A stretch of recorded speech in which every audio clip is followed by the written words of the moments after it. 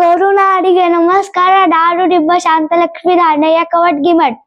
Today is good news for all of you is that KEA KSET 2026 exam date is declared. The exam date is 11th October 2026. We want your support. Watch our video daily. We will do videos daily. Definitely you will get the success. Thank you. Thank you Shanthalakshmi madam ಅವರೇ. ನಿಮ್ಮ ಸಹಾಯ ಸಹಕಾರ ಬೆಂಬಲ ಹೀಗೆ ಇರಲಿ. ಶ್ರೀ ವೀರಭದ್ರೇಶ್ವರ ಮಹಾರಾಜರ ಆಶೀರ್ವಾದ ನಿಮಗೆಲ್ಲರಿಗೂ ಸಿಗಲಿ. ಗುಡ್ಡಾಪುರ ದಾನಮ್ಮ ತಾಯಿಯ ಆಶೀರ್ವಾದ ನಿಮಗೆಲ್ಲರಿಗೂ ಸಿಗಲಿ ಅನ್ನುವ ಮಾತಿನೊಂದಿಗೆ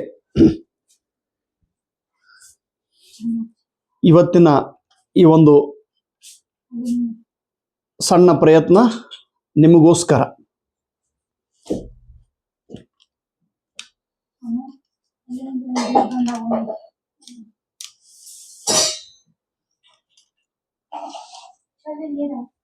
ಎಸ್ ಅಮ್ಮ, ಇದು ಕೊಟ್ಟು ನನಗೆ ಮೈಕ ನೋಡಿ, ಕರೆಕ್ಟ್ ಅದೇನಿಲ್ಲ ನೋಡು.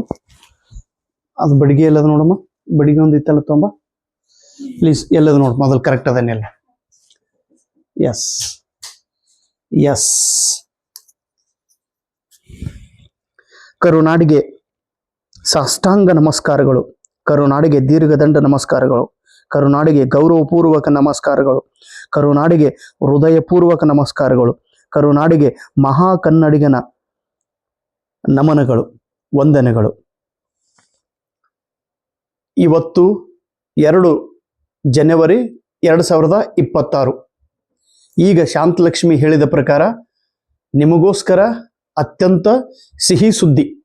ಇವತ್ತು 2 ಜನವರಿ 2026 ಮಧ್ಯಾಹ್ನ 12:30 ಬೆಂಗಳೂರಿನಲ್ಲಿ ನಡೆದ ಒಂದು ಪ್ರೆಸ್ ಕಾನ್ಫರೆನ್ಸ್ನಲ್ಲಿ ಕರ್ನಾಟಕದ ಉನ್ನತ ಶಿಕ್ಷಣ ಮಂತ್ರಿಗಳು ಸನ್ಮಾನ್ಯ ಶ್ರೀ MC ಸುಧಾಕರ್ ಸರ್ ಅವರು ಮೆಡಿಕಲ್ ಎಕ್ಸಾಮ್ CET ಕುರಿತು ಪ್ರೆಸ್ ಕಾನ್ಫರೆನ್ಸ್ ಅನ್ನು ತೆಗೆದುಕೊಂಡಿದ್ದಾರೆ. ಮೆಡಿಕಲ್ ಎಕ್ಸಾಮ್ ಡೇಟ್ ಅನ್ನು ಡಿಕ್ಲೇರ್ ಮಾಡಿದ್ದಾರೆ. 23 ಏಪ್ರಿಲ್ 24 ಏಪ್ರಿಲ್ ಅಂದು CET ಎಕ್ಸಾಮ್ ನಡೆಯಲಿದೆ. ಇದನ್ನು ಅನೌನ್ಸ್ಮೆಂಟ್ ಮಾಡುವಾಗ KE ವತಿಯಿಂದ 2026ರಲ್ಲಿ ನಡೆಯುವ KSET ಎಕ್ಸಾಮ್ದ ಡೇಟ್ ಅನ್ನು ಕೂಡ ಅನೌನ್ಸ್ ಮಾಡಿದ್ದಾರೆ. 11 ಅಕ್ಟೋಬರ್ 2026ರಂದು ಕರ್ನಾಟಕ ಸಹಾಯಕ ಪ್ರಾಧ್ಯಾಪಕ ಅರ್ಹತಾ ಪರೀಕ್ಷೆ KSET 11 ಅಕ್ಟೋಬರ್ 2026ರಂದು ನಡೆಯಲಿದೆ. ಇದು ಅತ್ಯಂತ ಖಚಿತವಾದ ಮಾಹಿತಿ. ಈ ಮಾಹಿತಿಯನ್ನ ಜಸ್ಟ್ ಈಗ ನಾನು ದಿ ಟೈಮ್ಸ್ ಆಫ್ ಇಂಡಿಯಾ ಪತ್ರಿಕೆಯಲ್ಲಿ, ಆನ್ಲೈನ್ ಪತ್ರಿಕೆ, ಅದರ ಸಬ್ಸ್ಕ್ರಿಪ್ಷನ್ ಇದೆ, ಆನ್ಲೈನ್ ಪತ್ರಿಕೆದೊಳಗೆ ಇದು ಸುದ್ದಿ ಬಂದಿದೆ. ದಿ ಟೈಮ್ಸ್ ಆಫ್ ಇಂಡಿಯಾ ಅಂತೇಳಿ, the times of India. So ಈ ಪತ್ರಿಕೆದೊಳಗ ಈ ಸುದ್ದಿ ಬಂದಿದೆ. ದಿ ಟೈಮ್ಸ್ ಆಫ್ ಇಂಡಿಯಾ ನೋಡ್ರಿ, ದಿ ಟೈಮ್ಸ್ ಆಫ್ ಇಂಡಿಯಾ ಅಂತೇಳಿ ಪತ್ರಿಕೆ. ಇದರಲ್ಲಿ KCET 20,000 date announced, application begins January 17, exam April 23, 24. But ಇದರಲ್ಲಿ ಅವ್ರು ಏನ್ ಹೇಳಿದ್ದಾರೆ ನೋಡ್ರಿ, Karnataka examination authority KEA released date seat for KCET on Friday. Dates of other examination like PG CET, DCET and KSET have been also released. ಇದು times of ಇಂಡಿಯಾದಲ್ಲಿ ಬಂದಂತ ಸುದ್ದಿ. ಇದು ಖಚಿತವಾಗಿ ಇರುವಂತ ಸುದ್ದಿ. ಸೊ ಇನ್ನೂ 10 ತಿಂಗಳು ನಮ್ಮ ಕೈಯಲ್ಲಿವೆ. ಈ 10 ತಿಂಗಳಲ್ಲಿ 2026ರಂದು ನಡೆಯುವ ಈ KSET ಪರೀಕ್ಷೆಯಲ್ಲಿ 100% ನಾನು ಹೇಳ್ತಾ ಇದ್ರೆ 100% ನನ್ನ ವಿಡಿಯೋ ನೋಡುತ್ತಿರುವ ನಿಮ್ಗೆಲ್ಲರಿಗೂ ಯಶಸ್ಸು ಸಿಗಲೇಬೇಕು ಅನ್ನುವ ದೃಢ ಸಂಕಲ್ಪದೊಂದಿಗೆ ಈ ವಿಡಿಯೋ ಮಾಡುತ್ತಿದ್ದೇನೆ. ಮುಂದೊಂದು ದಿನ ನಮಗೆ ಎಚ್ಚರಗೊಂಡಾಗ, ಮುಂದೊಂದು ದಿನ ನಾವು ಹೇಳ್ತೀವಿ, ನಮಗೆ ಎಚ್ಚರವಾಗುತ್ತದೆ. ಮುಂದೊಂದು ದಿನ ನಾವು ಎಚ್ಚರಗೊಂಡಾಗ ಅಂದುಕೊಂಡ ಕೆಲಸ ಮಾಡಲು ಸಮಯ ಸಿಗಲಿಲ್ಲ ಅನ್ನುವ ಕೊರತೆ ಕಾಡುತ್ತದೆ. ಕೆಲಸ ಮಾಡಿಯೇ ವಿಶ್ರಾಂತಿ ಪಡೆಯೋಣ. ಮುಂದೊಂದು ದಿನ ಎಚ್ಚರಗೊಂಡಾಗ ನಾವು ಅಂದುಕೊಂಡ ಕೆಲಸ ಮಾಡಲು ಸಮಯ ಸಿಗಲಿಕ್ಕಿಲ್ಲ.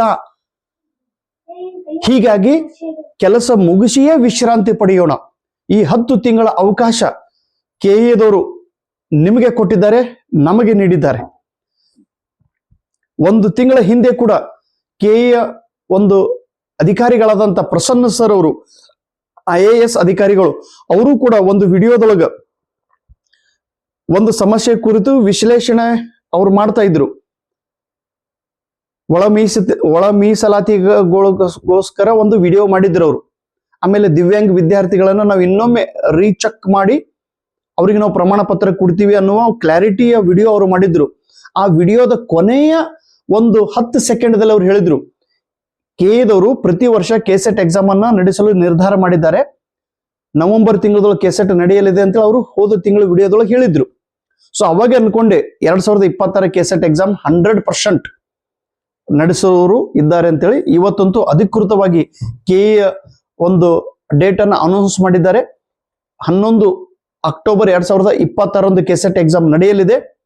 ನಿಮಗೆ ಪ್ರಮಾಣ ಮಾಡಿ ಹೇಳುತ್ತೇನೆ, ನನಗೆ ತಿಳಿದಂತ ಎಲ್ಲಾ ಮಾಹಿತಿಯನ್ನ, ನನಗೆ ತಿಳಿದಿರುವಂತ ಎಲ್ಲಾ ಜ್ಞಾನವನ್ನ, ನನಗೆ ತಿಳಿದಿರುವಂತ ಎಲ್ಲಾ ವಿಚಾರಗಳನ್ನ, ನನಗೆ ತಿಳಿದಿರುವಂತ ಎಲ್ಲಾ ಅನುಭವಗಳನ್ನ ನಿಮ್ಮ ಜೊತೆಗೆ ಸ್ಪಷ್ಟವಾಗಿ ನಾನು ಹೇಳಲು ಪ್ರಯತ್ನ ಪಡುತ್ತೇನೆ.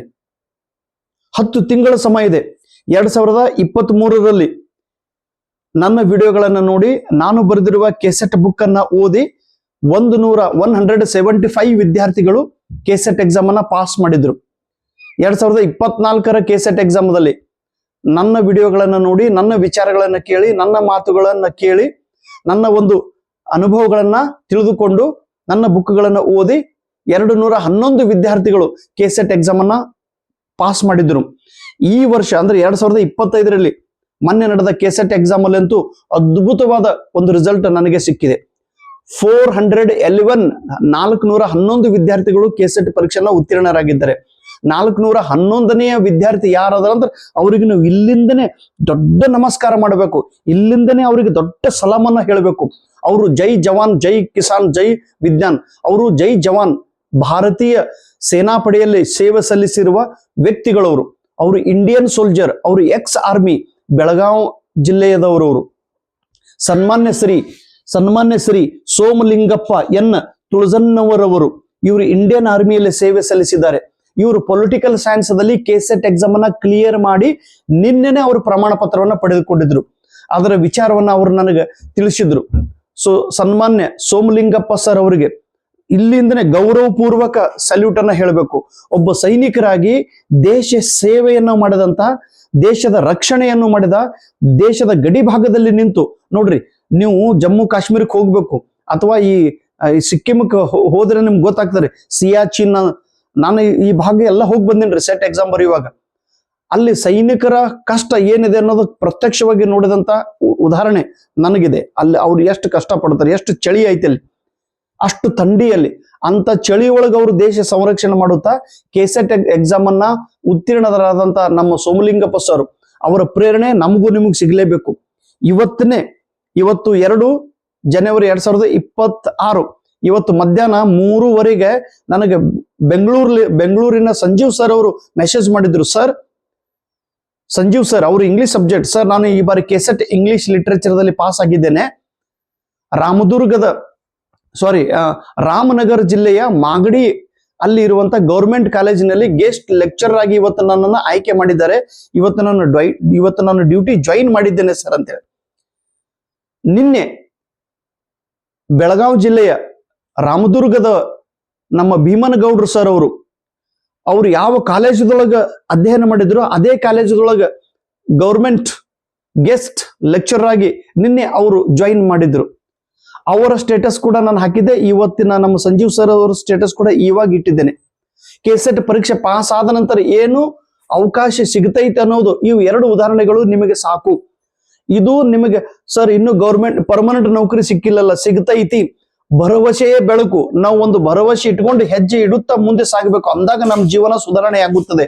ಇದು ಜೀವನ ಪರ್ಮನೆಂಟ್ ಜೀವನ ಅಲ್ಲ. ಇದ್ದಿದ್ರೊಳಗನೆ ನಾವು ಒಂದು ಸಕಾರಾತ್ಮಕ ವಿಚಾರ ಮಾಡುತ್ತಾ ಮುಂದೆ ಹೋಗ್ಬೇಕು. ಮತ್ತೆ ಈ ಕೆಸೆಟ್ ಎಕ್ಸಾಮ್ ಈಗ ಅವಕಾಶ ನೋಡ್ರಿ, ನಾನು ಯಾಕೆ ಕೆಸೆಟ್ಗೆ ಇನ್ನೊಂದ್ಸಲ ಸಲಾಮ್ ಮಾಡ್ತೀನಿ ಅಂತಂದ್ರೆ 2023, 24, 25ರಲ್ಲಿ ಅವ್ರು ಏನು ಎಕ್ಸಾಮ್ ಕಂಡಕ್ಟ್ ಮಾಡಿದ್ರು ಅವಾಗ ಟೈಮ್ ಕೊಟ್ಟಿರ್ಲಿಲ್ಲ, ಟೈಮ್ ಇರ್ಲಿಲ್ಲ. ಈಗಂತೂ 10 ತಿಂಗಳ ಸಮಯ ಇದೆ. ಈ 10 ತಿಂಗಳಲ್ಲಿ ಅಂದ್ರೆ 200 ಮೋರ್ ದೆನ್ ಈ ನಾವು ಒಂದು 10 ತಿಂಗಳಂದ್ರೆ ಏನಂತಾರೆ, ಮಿನಿಮಮ್ 9, 9, 9, 18, 9, 27 ಒಂದು ಮೋರ್ ದೆನ್ 280 ದಿವಸಗಳು ನಮ್ಮ ಕೈ ಒಳಗದವ್ರಿ. ಮತ್ತೆ ಇಲ್ಲಿ ತನಕ ಕೆಸೆಟ್ ಎಕ್ಸಾಮ್ ಈ 3 ವರ್ಷದೊಳಗ 797 ಅಷ್ಟು ವಿದ್ಯಾರ್ಥಿಗಳು ಪರೀಕ್ಷೆ ಪಾಸ್ ಆಗಿದ್ರು.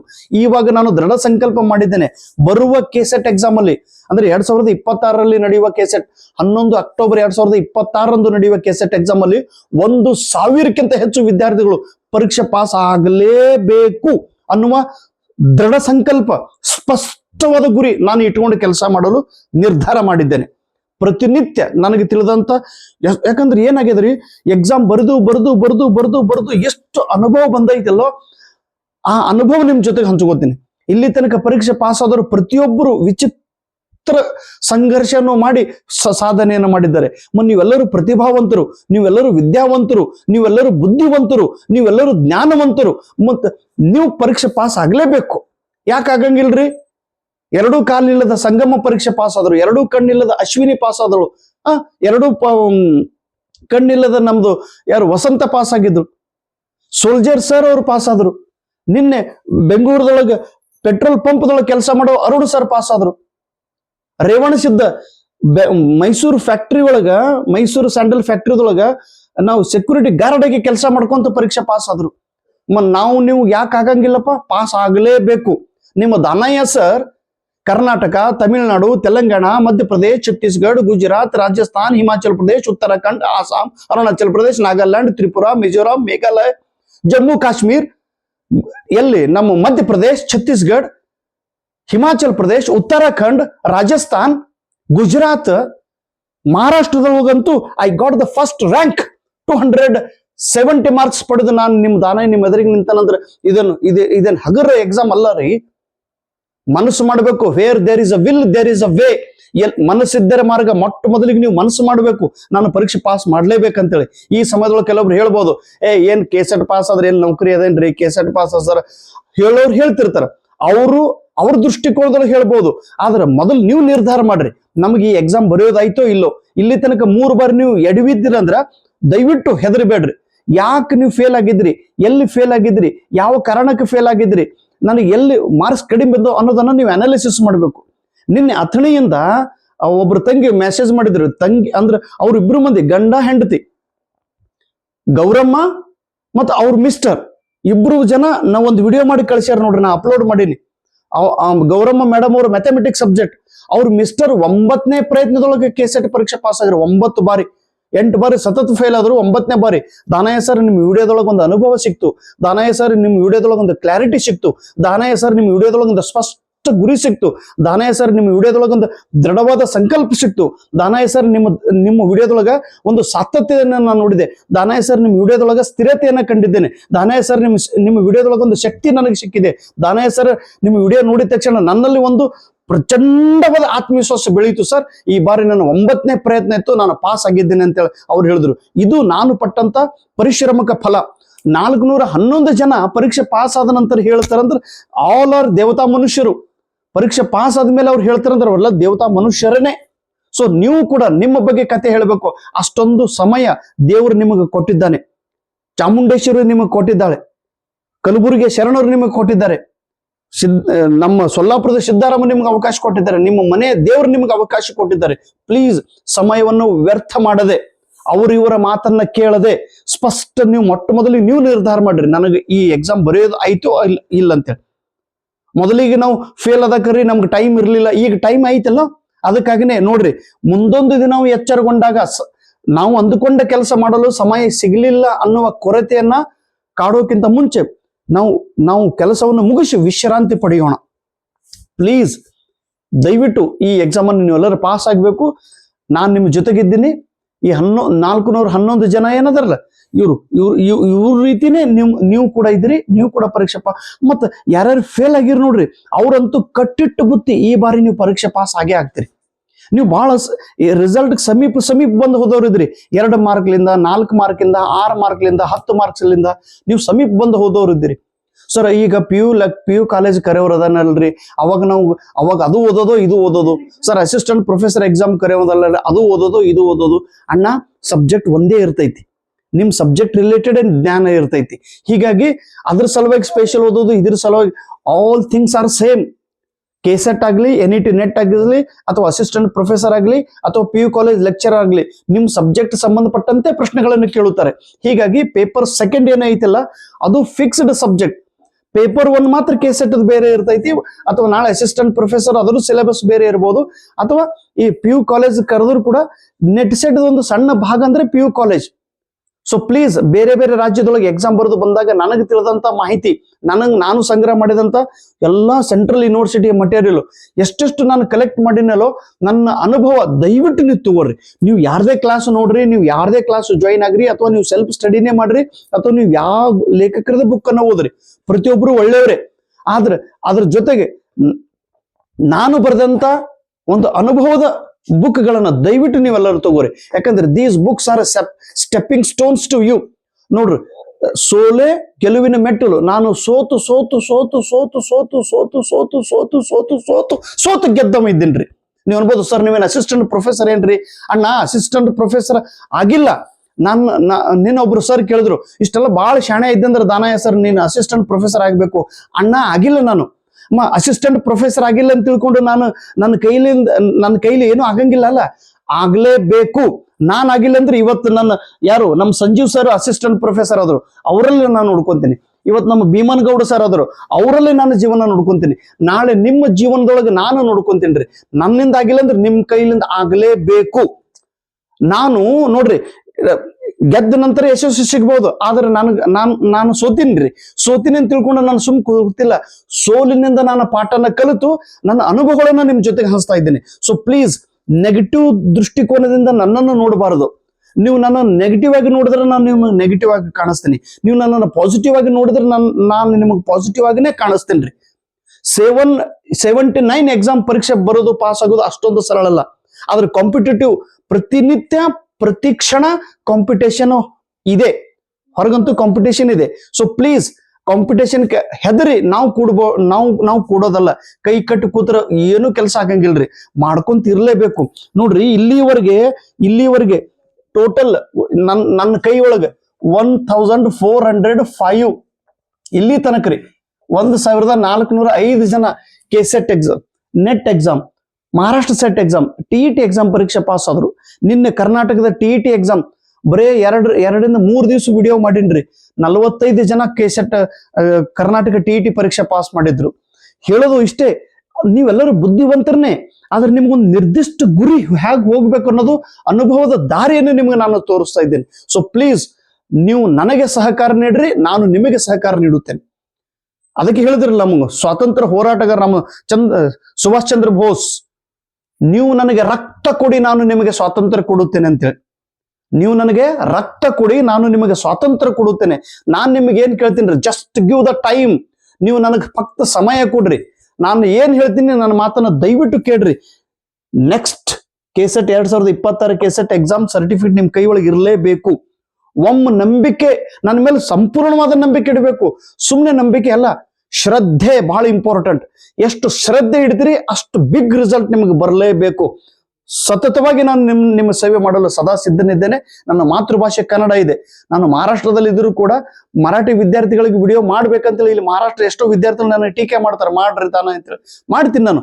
ಆದ್ರೆ ಒಂದು ಒಲವು, ಒಂದು ಪ್ರೀತಿ, ಒಂದು ಗೌರವ, ಒಂದು ಆಶೆ ಅದು ನಿಮ್ಮ ಮೇಲಿದೆ. ಸೊ ಎಲ್ಲಾ ಕರುನಾಡಿನ ವಿದ್ಯಾರ್ಥಿಗಳ ಸೇವೆ ಮಾಡಲು ನನಗೆ ನೀವೆಲ್ಲರೂ ಆಶೀರ್ವಾದ ಮಾಡಿದಿರಿ. ಮೊನ್ನೆ ಪ್ರಜಾವಾಣಿ ಪತ್ರಿಕೆದೊಳಗೆ ಸುದ್ದಿ ಬಂದಾಗ ಬಹಳ ಖುಷಿ ಆಯ್ತು. ಎಲ್ಲಿಂದ? ಕೋಲಾರದಿಂದ ನನ್ನ ಮೆಸೇಜ್ ಮಾಡಿದ್ರು, ಎಲ್ಲಿ ಕೊಡಗುಲಿಂದ ಮೆಸೇಜ್ ಮಾಡಿದ್ರು, ಮಂಗಳೂರಿನಿಂದ ಮೆಸೇಜ್ ಮಾಡಿದ್ರು, ಧಾರವಾಡದಿಂದ. ಸೊ ಇಡೀ ಕರ್ನಾಟಕ ತುಂಬಾ ಹೋಗ್ತಿಲ್ಲ ಸುದ್ದಿ. ಸಾಕು, ಸುದ್ದಿ ಹೋಗೋದಕ್ಕಿಂತ ದಾನಯ್ಯ ಸರ್ ಮಾಡಿದ್ದು ಕೆಲಸ ನಿಮ್ತನ ಮುಟ್ಟೈತಿ. ಸೊ ನೀವು ಮಾಡಿದ ಸಾಧನೆ ನನಗೆ ಮುಟ್ಲಿ. ಸೊ ನೀವು ಕೂಡಿ ಬೆಳೆಯೋಣ, ನಾವು ನೀವು ಕೂಡಿ ಗುರಿಯನ್ನು ಮುಟ್ಟೋಣ. ಎಸ್, ಬುಕ್ ಅಂತೂ ನೀವು ಓದಲೇಬೇಕು. ಇದು ಬುಕ್ ಐತಿ. ಯಾವುದು ಇದು ನಾನು ಬರೆದಿದ್ದು ಕನ್ನಡ ಮೀಡಿಯಂ ಬುಕ್ ಐತಿ. ಈ ಬುಕ್ ಅನ್ನ ಪ್ಲೀಸ್ ತಪ್ಪು ಹುಡ್ಕೋತ್ ಕೂಡೋದಲ್ಲ, ಇದರಿಂದ ಎಷ್ಟು ಸಾಧ್ಯ ಐತೆ ಅಷ್ಟು ಪಾಸಿಟಿವ್ ವಿಚಾರಗಳನ್ನ ನೀವು ಹಂಚ್ಕೋಬೇಕು. ಈ ಬುಕ್ ಅನ್ನ ಪ್ಲೀಸ್ ಯಾರು ತಗೊಂಡಿಲ್ಲ ಈ ಬುಕ್ ಅನ್ನ ಓದ್ರಿ. ಇದು ಸಂಪುಟ 1, ಇದು ಸಂಪುಟ 1 ಬುಕ್ ಐತಿ.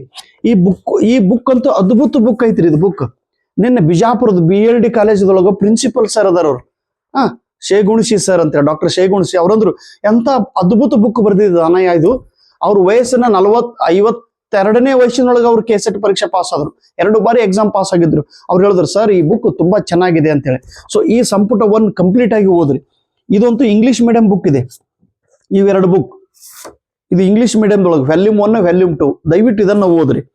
ಅಥವಾ ಇಂಗ್ಲಿಷ್ ಮೀಡಿಯಂದೊಳಗೆ ಬೇಕಂದ್ರೆ ಇದೊಂದು ಥಿಯರಿ ಬುಕ್ ಇದೆ. ಸೊ ಈ ಬುಕ್ ಅನ್ನ ಓದ್ಬೇಕು. ನಿರ್ಧಾರ ನಿಮ್ಮದು, ದಾರಿ ತೋರಿಸೋದು ನನ್ನ ಕೆಲಸ ಇದೆ. ನಾನು ದಾರಿ ತೋರಿಸ್ತೀನಿ. 10 ತಿಂಗಳ ಸಮಯ ಇದೆ. 10 ತಿಂಗಳದೊಳಗೆ ನಿಮಗೆ ಮರು ಜನ್ಮ ಆಗಲೇಬೇಕು. ಒಂದು ಮಗುವಿಗೆ ಜನ್ಮ ಕೊಡ್ಬೇಕಾದ್ರೆ ತಾಯಿ 9 ತಿಂಗಳ ಹೊಟ್ಟೆ ಒಳಗೆ ಇಟ್ಟುಕೊಂಡು ಅವಳಿಗೆ ಜನ್ಮ ಕೊಡ್ತಾಳ. ಈಗ ನಿಮಗೆ ಪುನರ್ಜನ್ಮ ಕೊಡುವಂತ ಕೆಲಸ ನೀವೆಲ್ಲರೂ ಆಲ್ರೆಡಿ ಇದ್ದೀರಿ. ಆದ್ರೆ ಪುನರ್ಜನ್ಮ ಯಾವಾಗ ಆಗೋದು ಗೊತ್ತಾ? ನಿಮ್ ಕೈ ಒಳಗೆ ಸರ್ಟಿಫಿಕೇಟ್ ಬಂದಾಗ ಆ ಸರ್ಟಿಫಿಕೇಟ್ ನಿಮಗೆ ಪುನರ್ಜನ್ಮ ಕೊಡುತ್ತದೆ. ಎಲ್ಲರಂತರ ನೌಕರಿ ಸಿಕ್ಕಾಗಲ್ಲ, KCET ಬಂತಲ್ಲೋ ಸರ್ಟಿಫಿಕೇಟ್, ಅದು ಪ್ರಚಂಡವಾದ ಬಲವಾದ ಆತ್ಮವಿಶ್ವಾಸ ನಿಮ್ಮಲ್ಲಿ ಬಂದೇ ಬರುತ್ತದೆ. ಸೊ ಪ್ಲೀಸ್ ಇವತ್ತಿನಿಂದನೇ ದೃಢ ಸಂಕಲ್ಪ ಮಾಡ್ರಿ, ಬೆನ್ನು ಹತ್ತಿರಿ. ಎಲ್ಲಿ ತನಕ ಬೆನ್ನು ಹತ್ತಬೇಕು? ಎದ್ದೇಳಿ ಗುರಿ ಮುಟ್ಟುವ ತನಕ ನಿಲ್ಲದ್ರಿ. ಎದ್ದೇಳಿ KCET ಸರ್ಟಿಫಿಕೇಟ್ ಕೈ ಒಳಗೆ ಸಿಗುವ ತನಕ ನಿಲ್ಲದ್ರಿ. ಮತ್ತು ಸ್ವಲ್ಪ ಹೋಯ್ತು. ಸೊ ಕುಂಟು ನೆಪ ಹೇಳೋದು ಬ್ಯಾಡ್ರಿ. ಗಡ್ಡಕ್ಕೆ ಬೆಂಕಿ ಹತ್ತನ ನಾವು ನೀರು ಹುಡುಕಾಡ್ತೀವಿ, ಗಡ್ಡಕ್ಕೆ ಬೆಂಕಿ ಹತ್ತಿದ್ರೆ ನೀರು ಇಲ್ಲ. ಮೊದಲಿನಿಂದನೇ ನಿಯೋಜನೆ ಮಾಡಬೇಕು, ಪ್ಲಾನಿಂಗ್ ಮಾಡಲೇಬೇಕು. ಅದ್ರ ಜೊತೆಗೆ ಆದ್ಯತೆ, ಪ್ರಿಯಾರಿಟಿ ಈಸ್ ವೆರಿ ಇಂಪಾರ್ಟೆಂಟ್. ನಾವು ಯಾವುದಕ್ಕೆ ನಾವು ಆದ್ಯತೆಯನ್ನು ಕೊಡ್ತೀವಿ, ದಟ್ ಈಸ್ ವೆರಿ ಇಂಪಾರ್ಟೆಂಟ್. 2025ರಲ್ಲಿ ನಾನು ಒಂದು ಕೂಡ ಎಕ್ಸಾಮ್ ಬರ್ದಿಲ್ರಿ. 79 ಎಕ್ಸಾಮ್ ಪಾಸ್ ಆದಂತ ವ್ಯಕ್ತಿ. ಹೋದ ಬಾರಿ ನಾನು 10 ಎಕ್ಸಾಮ್ಗೆ ಅಪ್ಲಿಕೇಶನ್ ಹಾಕಿದ್ದೆ, ಬಟ್ ಒಂದು ಎಕ್ಸಾಮ್ ಅಟೆಂಡ್ ಮಾಡೋದಾಗ್ಲಿಲ್ಲ. ಯಾಕಂದ್ರೆ ಅದನ್ನ ಆದ್ಯತೆ ನಾನು ಸ್ವಲ್ಪ ಶಿಫ್ಟ್ ಮಾಡಿದೆ. ನನ್ನ ಪ್ರಿಯಾರಿಟಿಯನ್ನ ವಿಡಿಯೋ ಮಾಡೋಣ, ಆದಷ್ಟು ನನ್ನ ಅನುಭವ ಎಲ್ಲರ ಜೊತೆಗೆ ಹಂಚಿಕೊಳ್ಳೋಣ ಅಂತೇಳಿ ಅದ್ಭುತವಾದ ರಿಸಲ್ಟ್ ನನಗೆ ಬಂದ್ಬಿಡ್ತು. ಸೊ ನಿಮ್ಮ ಆದ್ಯತೆ, ನೀವು ಎದಕ್ಕೆ ಆದ್ಯತೆ ಕೊಡ್ತೀರಿ ಅದು ರಿಸಲ್ಟ್ ನಿಮಗೆ ಬರ್ತೈತಿ. ನೀವು ಎದ್ರ ಮೇಲೆ ಫೋಕಸ್ ಮಾಡ್ತೀರಿ ಅದು ನಿಮಗೆ ಸಿಗೋದು. ಮತ್ತು ಸಮಯ ಒಂದ್ ದಿವ್ಸ ಬಂದೇ ಬರ್ತೈತಿ, ಒಳ್ಳೆ ಸಮಯ ನಮಗ್ ಬರ್ತೈತಿ ಅಂತೇಳಿ ಕಾಯ್ಕೋತ್ ಕೂತ್ರಲ್ಲ. ನಮ್ಗ ಒಂದ್ ದಿವ್ಸ ಬಹಳ ಚಲೋ ಆಗ್ತೈತಿ, ಒಂದ್ ದಿವ್ಸ ಬಂದೇ ಬರ್ತೈತಿ. ನೋ, ಒಳ್ಳೆ ದಿವ್ಸ ನಮಗ್ ಬರೋದೇ ಇಲ್ರಿ, ಒಳ್ಳೆ ಟೈಮ್ ಬರೋದೇ ಇಲ್ಲ. ನಾವು ಒಳ್ಳೆ ಟೈಮ್ಗಾಗಿ ಬರೇ ಕೈ ಕಟ್ಕೊಂಡು ಕೂತ್ರ ಅದೇ ಹೆಂಗ್ ಬರ್ತೈತಿ? ಅದರ ಸಲುವಾಗಿ ಪ್ರಯತ್ನ ಮಾಡ್ಬೇಕು, ಅದ್ರ ಸಲುವಾಗಿ ಮೈಂಡ್ ಸೆಟ್ ಚೇಂಜ್ ಮಾಡ್ಬೇಕು. ಪೇಷನ್ಸ್, ಸಹನಶೀಲತೆ ಇರಬೇಕು, ರಿಸಲ್ಟ್ ಬರ್ತದ. ಸಹನಶೀಲತೆ ಅದೇ ಹೆಂಗ್ರಿ? ಎಲ್ಲಿ ಸಿಗಂಗಿಲ್ಲ ಅದೇ ಮಾಡ್ಕೊಂತ ಕೂತು ರಿಸಲ್ಟ್ ಬರ್ತಾನೋ. Change your environment.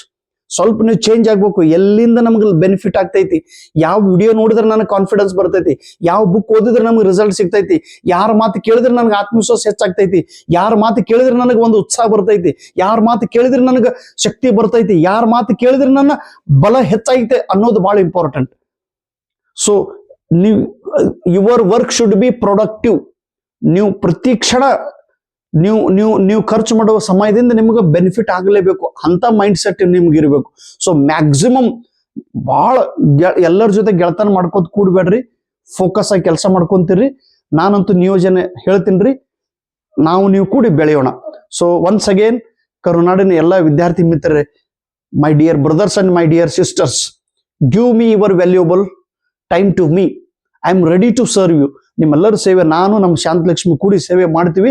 2026ರಲ್ಲಿ ನಿಮ್ಮ ಕತೆ ಹೇಳಕ್ಕೆ ನನಗೊಂದು ಅವಕಾಶ ಮಾಡಿಕೊಡ್ರಿ. ಸೊ 10 ತಿಂಗಳ ನಿರ್ಧಾರ ಬದಲಾಯಿಸಬಾರದು. ಫಕ್ತ ಮೈಂಡ್ ಸೆಟ್ ನೆಗೆಟಿವ್ ಪಾಸಿಟಿವ್ ಮಾಡ್ರಿ. ಎಲ್ಲಿ ಸಿಗಂಗಿಲ್ಲ ಅದನ್ನ ಪಾಸಿಟಿವ್ದೊಳಗೆ ಕನ್ವರ್ಟ್ ಮಾಡ್ರಿ. ಎನ್ವಿರಾನ್ಮೆಂಟ್ ಚೇಂಜ್ ಮಾಡ್ರಿ. ಜಾಸ್ತಿ ಗೆಳೆಯರ ಜೊತೆ ಗೆಳತನ ಮಾಡ್ಕೋತ ಕೂಡ್ಬೇಡ್ರಿ. ಜಾಸ್ತಿ ಆ ಕಡೆ ಈ ಕಡೆ ಟೈಮ್ ವೇಸ್ಟ್ ಮಾಡ್ಬೇಡ್ರಿ. ಆ ಎಕ್ಸಾಮ್ ಬರ್ದೆ ಈ ಎಕ್ಸಾಮ್ ಬರ್ದೆ, ಅದು ಮಾಡದೆ ಇದು ಮಾಡದಲ್ಲ. ಕ್ಲಾರಿಟಿ, ಎಷ್ಟು ನಿಮ್ ಮೈಂಡ್ ಕ್ಲಾರಿಟಿ ಇರ್ತೈತಿ ಅಷ್ಟು ರಿಸಲ್ಟ್ ಬರ್ತೈತಿ. ಸ್ಪಷ್ಟ ಗುರಿ ಇರ್ಬೇಕು ನಿಮ್ಗೆ. ಸಿಕ್ಕಿದ್ ಬರ್ಕೋತ ಹೋಗೋದಲ್ಲ, ಸಿಕ್ಕಿದ್ ಮಾಡ್ಕೊಂತ ಹೋಗೋದಲ್ಲ. ನಿಮ್ಗೆ PS ಆಗೋದು, ನಿಮ್ಗೆ KS ಎಕ್ಸಾಮ್ ಬರೋದು, ನೀವು UPSC ಎಕ್ಸಾಮ್ ಬರೋದು, ಬ್ಯಾಂಕಿಂಗ್ ಬರೋದು, ರೈಲ್ವೆ ಬರೋದು, ಅಥವಾ FD ಬರೋದು, SD ಬರೋದು, KCET ಬರೋದು, ಎಲ್ಲ ಮಾಡ್ಕೋತ ಕೂಡೋದಲ್ರಿ. ಒಂದಕ್ಕಿಡ್ದು ಶಿಸ್ತು ಮಾಡ್ಕೊಂತ ಹೋಗ್ರಿ. ನಿನ್ನೆ ಎಲ್ಲಿ ಮಂಗಳೂರ್ಲಿಂದ ಒಬ್ರು ಸರ್, ಅವರು KS ಅಧಿಕಾರಿಗಳು, ಅವ್ರು ಆಲ್ರೆಡಿ ಮಂಗಳೂರಿನಿಂದ ಅವ್ರು ನನಗೆ ಮೆಸೇಜ್ ಮಾಡಿದ್ರು. ನಮ್ಮ ಜಾಧವ್ ಸರ್ ಅವ್ರು ಏನ್ ಹೇಳಿದ್ರು, ಸಂತೋಷ್ ಜಾಧವ್ ಸರ್, ನಾನು ಈಗ ಖಜಾನೆ ಅದಕ್ಕೇನಂತಾರೆ ಎಲ್ಲ ಗೌರ್ಮೆಂಟ್ ಆಫೀಸರ್ಗೆ ಪೇಮೆಂಟ್ ಮಾಡುವಂತ ಒಂದು ಆಫೀಸ್ ಐತಿ, ಅದಕ್ಕೆ ಟ್ರೆಜರಿ ಆಫೀಸ್. ಆ ಮಂಗಳೂರು ಉಡುಪಿದೊಳಗೆ ಅದಾರ ಅವ್ರು ಟ್ರೆಜರಿ ಆಫೀಸರ್, ಎಲ್ಲರಿಗೆ ಪೇಮೆಂಟ್ ಮಾಡ್ತಾರ ಅವರು. ಅಂತ ಗೌರ್ಮೆಂಟ್ ಆಫೀಸರ್ ಅವ್ರ ಅಂತಾರೆ, ಇಲ್ಲ ಸರ್ ನನಗೆ ಅಸಿಸ್ಟೆಂಟ್ ಪ್ರೊಫೆಸರ್ ಆಗೋದೈತಿ, ನನಗೆ ಗುರು ಆಗೋದೈತಿ, ನನಗೆ ವಿದ್ಯಾರ್ಥಿಗಳಿಗೆ ಮಾರ್ಗದರ್ಶನ ಮಾಡೋದೈತಿ ಅಂತ ತಿಳ್ಕೊಂಡು ಕೆಸೆಟ್ ಎಕ್ಸಾಮ್ ಅನ್ನು ಅವರು ಪಾಸ್ ಮಾಡಿದ್ರು. ಸೊ ಎಷ್ಟು ಗುರಿ ಸ್ಪಷ್ಟವಾಗಿ ಇರುತ್ತದೆಯೋ, ಎಷ್ಟು ನಿಮ್ಮ ಆಶೆ ಸ್ಪಷ್ಟವಾಗಿ ಇರುತ್ತದೆಯೋ, ಎಷ್ಟು ನಿಮ್ಮ ನಿಯೋಜನೆ ಸ್ಪಷ್ಟವಾಗಿ ಇರುತ್ತದೆಯೋ, ಎಷ್ಟು ಲಿಮಿಟೆಡ್ ಬುಕ್ ಅನ್ನು ನೀವು ಓದುತ್ತೀರೋ ಅಷ್ಟು ನಿಮ್ಗೆ ರಿಸಲ್ಟ್ ಬರೋದು. ಸೊ ಒನ್ಸ್ ಅಗೇನ್ ನಿಮ್ಗೆ ರಿಸಲ್ಟ್ ಬರಲಿ ಅನ್ನುವ ಚಾಮುಂಡೇಶ್ವರಿ ತಾಯಿಗೆ ಪ್ರಾರ್ಥನೆ ಮಾಡುತ್ತಾ, ಸಿದ್ಧಾರೂಢ ಸ್ವಾಮಿಗೆ ಪ್ರಾರ್ಥನೆ ಮಾಡುತ್ತಾ, ಸೌದತ್ತಿ ಯಲ್ಲಮ್ಮ ತಾಯಿಗೆ ಪ್ರಾರ್ಥನೆ ಮಾಡುತ್ತಾ, ಇವರೆಲ್ಲರೂ ದೇವರು. ಆದ್ರೆ ಅದರ ಜೊತೆಗೆ ಡಾಕ್ಟರ್ ಬಾಬಾ ಸಾಹೇಬ್ ಅಂಬೇಡ್ಕರ್ ಪಾದಕ್ಕೆ ನಮಸ್ಕಾರ ಮಾಡಿಸುತ್ತಾ, APJ ಅಬ್ದುಲ್ ಕಲಾಂ ಸರ್ ಅವರ ಪಾದಕ್ಕೆ ನಮಸ್ಕಾರ ಮಾಡುತ್ತಾ, ನಮ್ಮ ಪುನೀತ್ ರಾಜ್ಕುಮಾರ್ ಸರ್ ಅವರ ಪಾದಕ್ಕೆ ನಮಸ್ಕಾರ ಮಾಡುತ್ತಾ, ಸಿದ್ದೇಶ್ವರ ವಿರಾಟ್ ಕೊಹ್ಲಿ ಇವರೆಲ್ಲರೂ ಸ್ಪೋರ್ಟ್ಸ್ ಮ್ಯಾನ್, ಇವರೆಲ್ಲರೂ ಸ್ಪೋರ್ಟ್ಸ್ ವ್ಯಕ್ತಿಗಳವರು. ಅವ್ರು ದೇವರಲ್ಲ, ಅವರಿಂದ ನಾವು ಪ್ರೇರಣೆ ಪಡಿಬೇಕಿಲ್ಲ ನಂಗೆಲ್ಲ. Virat Kohli is also great, Sachin Tendulkar sir also great. ಆ ಸ್ಮೃತಿ ಮಂದಾನ ಮೊನ್ನೆ ಅವಳ ಲೈಫ್ ಒಳಗೆ ಎಷ್ಟು ಟ್ರಾಜಿಡಿ, ಆದ್ರೂ ಅವಳು ಅದನ್ನೆಲ್ಲ ಬಿಟ್ಟು 2025 ಹೈಯೆಸ್ಟ್ ರನ್ ಹೊಡೆದವಳು. ಅಮ್ಮ ಮದುವೆ ಮುರಿದು ಹೋಯ್ತು, ಅವ್ರದ್ದು ಎಂಗೇಜ್ಮೆಂಟ್ ಮುರಿದು ಹೋಯ್ತು. ನಾಳೆನೆ ಮದುವೆ, ಇವತ್ತಿನ ರಾತ್ರಿ ದಿವಸ ಮದುವೆ ಮುರಿತದಂದ್ರೆ ಅವಳಿಗೆ ಎಷ್ಟು ಶಾಕ್ ಆಗಿರ್ಬೇಕಲ್ರಿ. ಆಗ್ತದೆ ಆಗಂಗಿಲ್ಲ. ಮದುವೆ ನೋಡ್ರಿ, ನಾಳೆ ಬೆಳಗ್ಗೆ ಲಗ್ನ ಐತಿ, ಮದುವೆ ನಾಳೆ, ಇವತ್ತು ಸಂಜೆ ಮಾಡಿ ಎಲ್ಲ ಅರಿಶಿಣ ಹಚ್ಕೊಂಡು ಡಾನ್ಸ್ ಮಾಡಿ ಎಲ್ಲ ವಿಡಿಯೋ ವೈರಲ್ ಆಗಿದ್ದು, ರಾತ್ರಿನೇ ಲಗ್ನ ಮುರಿದು ಹೋಗ್ತೈತಿ ಅಂದ್ರೆ ಆ ಅಮ್ಮಗ, ಆ ತಂಗಿಗೆ ಎಷ್ಟು ಶಾಕ್ ಆಗಿರ್ಬೇಕು ಹೇಳ್ರಿ. ಸ್ಮೃತಿ ಮಂದಾನಾಗ the queen of Indian cricket ಅಂತ ಕರೀತಾರೆ ಅಮ್ಮಗ. ಆದ್ರೆ ನಿನ್ನೆ ಯಾವ್ದು ಶ್ರೀಲಂಕಾ ಜೊತೆಗೆ ಮ್ಯಾಚ್ ಗೆಲ್ಲಿಲ್ಲವ, ಅವಳಿಗೆ ಅಪಮಾನ ಆದ್ರೂ ಅಪಮಾನನ ಸಹನೆ ಮಾಡ್ಕೊಂಡು ಅವರು ಮುಂದೆ ಬಂದ್ರು. ನಾವು ಸ್ವಲ್ಪ ಮದುವೆ ಮುರಿತೀವಿ ಅಂದ್ರೆ ಮದುವೆ ಮುರಿತ್ರಿ, ಏನೋ ಆಗ್ಯದ, ಲಪಡ ಆಗ್ಯದ ಅಂತೇಳಿ ನಾವು ಬರೀ ನೆಗೆಟಿವ್ ಮಾತಾಡ್ಕೊಂತ ಹೋಗ್ತೇವೆ. ನೆಗೆಟಿವ್ ಮಾತಾಡೋರು ಮಾತಾಡ್ಲಿ, ಬಟ್ ಗುರಿ ಮಾತ್ರ ಸ್ಪಷ್ಟ ಇರ್ಬೇಕು. ಅವಳು ಏನಂದ್ರು, ಸ್ಮೃತಿ ಮಂದಾನಿಗೆ ಒಂದು ಪ್ರಶ್ನೆ ಕೇಳಿದ್ರು, ನಿಮ್ ಪರ್ಸನಲ್ ಲೈಫ್ದೊಳಗೆ ಸ್ವಲ್ಪ ಟ್ರಾಜಿಡಿ ಆಯ್ತು, ಮತ್ತೆ ನಿಮ್ಗೆ ಹೇಗೆ ಅನಿಸ್ತೈತಿ? No, I love cricket more than other things. ನಾನು ಎಲ್ಲಕ್ಕಿಂತ ಹೆಚ್ಚು ಪ್ರೀತಿ ನಾನು ಕ್ರಿಕೆಟ್ ಮೇಲೆ ಮಾಡುತ್ತೇನೆ, ಉಳಿದಿದ್ದು ನಾನು ಯಾವುದ್ರ ಮೇಲೆ ನಾನು ಪ್ರೀತಿ ಮಾಡೋದಿಲ್ಲ. ಹಾಗ ನಿಮ್ಗೆ ಅನಿಸ್ಬೇಕು, ನಾನು ಅಸಿಸ್ಟೆಂಟ್ ಪ್ರೊಫೆಸರ್ ಹುದ್ದೆ ಮೇಲೆನೆ ಪ್ರೀತಿ ಮಾಡೋನು, ನಾನು ಕೆಸೆಟ್ ಹುದ್ದೆ ಮೇಲೆನೆ ಪ್ರೀತಿ ಮಾಡೋನು, ನನಗೆ ನೆಟ್ ಎಕ್ಸಾಮ್ ಮೇಲೆ ನಾನು ಪ್ರೀತಿ ಮಾಡೋನು, ನನಗೆ ಗುರು ಆಗೋದೇ ಐತಿ. ಆ ರೀತಿ ಪ್ರೀತಿ ಇದ್ದಾಗ ಉಳಿದಿದ್ದು ಯಾವುದೇ ತೊಂದರೆಗಳು ನಿಮ್ಗೆ ಅಡ್ಡ ಬರುವುದಿಲ್ಲ ಅನ್ನುವ ಮಾತಿನೊಂದಿಗೆ ಜೈ ಹಿಂದ್, ಜೈ ಕರ್ನಾಟಕ. Thank you. ಬಂದ್ ಮಾಡಿದೇನ? ಈ ನಂಬರ್ ಐತಿ ನೋಡ್ರಿ, ನಮ್ಮ ಮೇಡಮ್ ಅವ್ರ ನಂಬರ್ 8263016448. ಈ ನಂಬರಿಗೆ ನೀವು ಫೋನ್ ಮಾಡ್ರಿ, ಮೇಡಮ್ ಅವ್ರ ಜೊತೆ ಮಾತಾಡ್ರಿ. ನಿಮ್ಗೆ ಬುಕ್ ಬೇಕಾದ್ರೆ ಮೇಡಮ್ ಹೇಳ್ರಿ, ಅವ್ರು ನಿಮ್ಗೆ ಕುರಿಯರ್ ಮೂಲಕ ಕಳಿಸ್ತಾರ್ರಿ. ಸೊ ಪ್ಲೀಸ್, ಹೋದ್ ಸಲ ಟೈಮ್ ಸಿಕ್ಕಿಲ್ಲ ತಿಳ್ಕೊಂಡು ನಿಮ್ ಫೋನ್ ಎತ್ತಿಲ್ಲ ಅಂತೇಳಿ ಎಷ್ಟೋ ಜನ ನೀವು ಬೈದ್ರಿ, ಫೋನೇ ರಿಸೀವ್ ಮಾಡಂಗಿಲ್ಲ ಅಂತ. ಸೊ ಪ್ಲೀಸ್, ಈಗ ಸಿಕ್ಕ ಅವಕಾಶವನ್ನ ಗಾಳಿ ಬಿಟ್ಟಾಗ ತೂರಿಕೋ. ಈಗ ಗಾಳಿ ಬಿಟ್ಟೈತಿ, ಈಗ ನೀವೆಲ್ಲ ತೂರಿಕೊಂಡು ರಾಶಿಯನ್ನ ಮಾಡೋಣ. ರಾಶಿ ರೈತ ಗಾಳಿ ಬೀಸ್ತಾಕರೆ ನಾವು ರಾಶಿ ಮಾಡ್ಬೇಕಾಗ್ತದ್ರಿ, ಅವಾಗೇ ನಾವು ಮಾಡೋರು. ಬಿಟ್ಟು ಗಾಳಿ ಬಿಟ್ಟಾಕರೆ ನೋಡೋಣ ಇಲ್ಲ. ಮತ್ತೆ ನೀರಡಿಕೆ ಆದಾಕರೆ ಬಾವಿ ಹೊಡೆದಲ್ಲ. ಈ ಸದ್ಯ ಅಡ್ವಾನ್ಸ್ ನೀವು ಗಾರಿ ಹಡ್ಡಿ ನೀರು, ಮತ್ತೆ ಅಲ್ಲಿ ಸ್ವಲ್ಪ ಗಾರಿ ಹಡ್ಡೋದು, ಇಲ್ಲಿ ಸ್ವಲ್ಪ ಗಾರಿ ಹಡ್ಡೋದು, ಇಲ್ಲಿ ಸ್ವಲ್ಪ ತಗ್ಗ ಹಡ್ಡೋದು, ಹಾಗಲ್ಲ. ಒಂದೇ ತಲು ತಗ್ಗ ಹಡ್ಡದನ್ನೇ ನೀರು ಸಿಗೋದು. ಸ್ವಲ್ಪ ಕೆಲಸ ಮಾಡೋದಲ್ಲ. ಸೊ ಒಳ್ಳೆ ಸಮಯ ಬರ್ತೈತೆ ಅಂತ ಹೇಳಿ ಕಾಯ್ಕೋತ ಕೂಡಬೇಡ್ರಿ. ಒಳ್ಳೆ ಸಮಯವನ್ನ ಪಡೆದುಕೊಳ್ಳುವ ಅವಕಾಶ ನಿಮ್ ಕೈ ಒಳಗೈತಿ. ಸೊ ನೀವು ಅದನ್ನ ಕೆಲಸ ಮಾಡ್ಬೇಕು.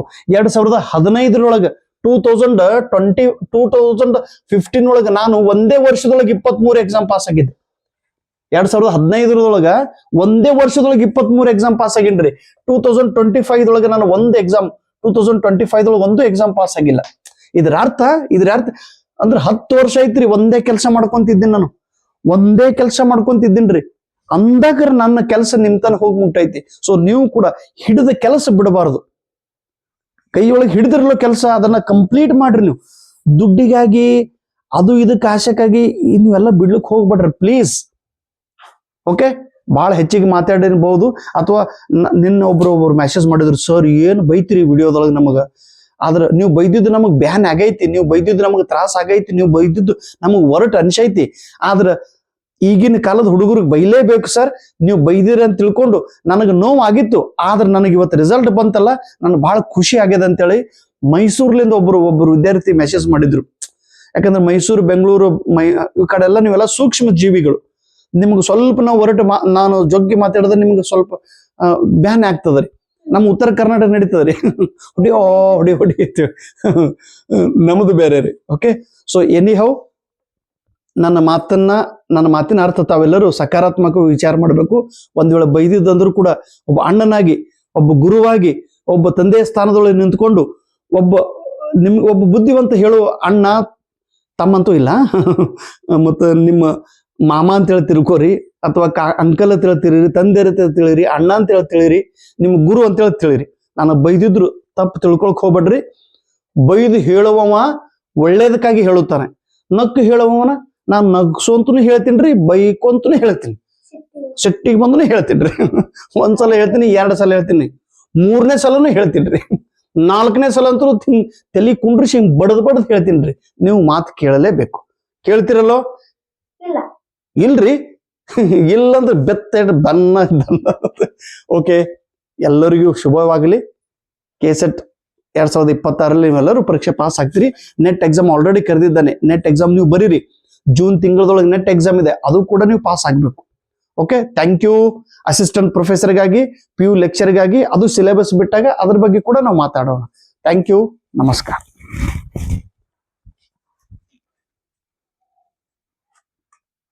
ಸಾಕು, ಬಂದ್ ಮಾಡು.